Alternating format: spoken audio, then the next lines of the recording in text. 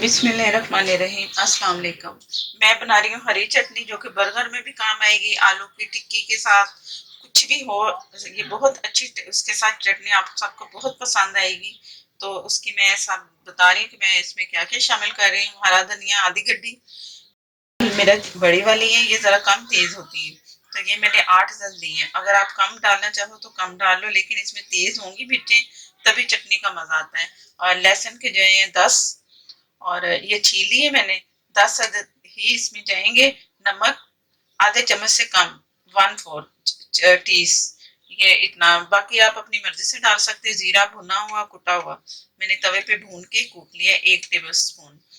और पुदीना है आधी गड्डी, ये मेरे अपने उसमें मैंने गमले में उगाया हुआ है। ये पुदीना ये वहां से मैंने लिया है। पत्ते पत्ते सारे उतार लिए टहनियों से, और टहनियां मैंने लगी रहने दी, और पत्ते ले लिए मैंने। ये तकरीबन 1 कप में डालो ना, तो उसमें ये 1 कप से थोड़ा कम इसके पत्ते ही पत्ते हैं।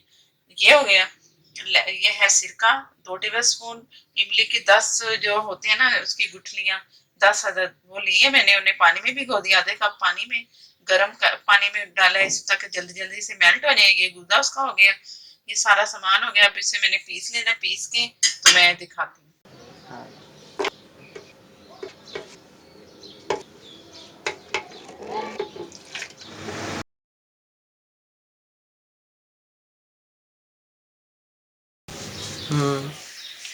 चटनी हमारी तैयार है, बहुत बारीक सी पिस गई है, सारी चीजें इसमें एक जैसी हो गई, कलर भी बहुत अच्छा सा है।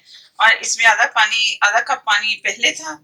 इमली में भीगी जो गूदा था वो था आधा कप, और आधा कप मजीद मैंने इसे डाला, तो ये इतनी पतली होगी। अगर नमक आपको कम लगे या ज्यादा लगे वो आप अपनी मर्जी से कर लो, हरी मिर्चों का भी अपनी मर्जी से कर ले, लेकिन सारी चीजें इसमें जरूर डालनी, उसी से बहुत मजेदार सी चटनी आपको मिलेगी। और ये बर्गर में किसी किसी भी चटनी, जैसे चटनी के शौकीन है लोग सब, ये इस्तेमाल करें तो बहुत मजे की लगेगी। अगर वीडियो अच्छी लगे तो लाइक देना मत भूलिएगा, और जिन्होंने चैनल को सब्सक्राइब नहीं किया वो चैनल को प्लीज सब्सक्राइब करें, साथ में बेल से जरूर प्रेस करें, इससे नोटिफिकेशन मिलेगा। और मुझे दें इजाजत।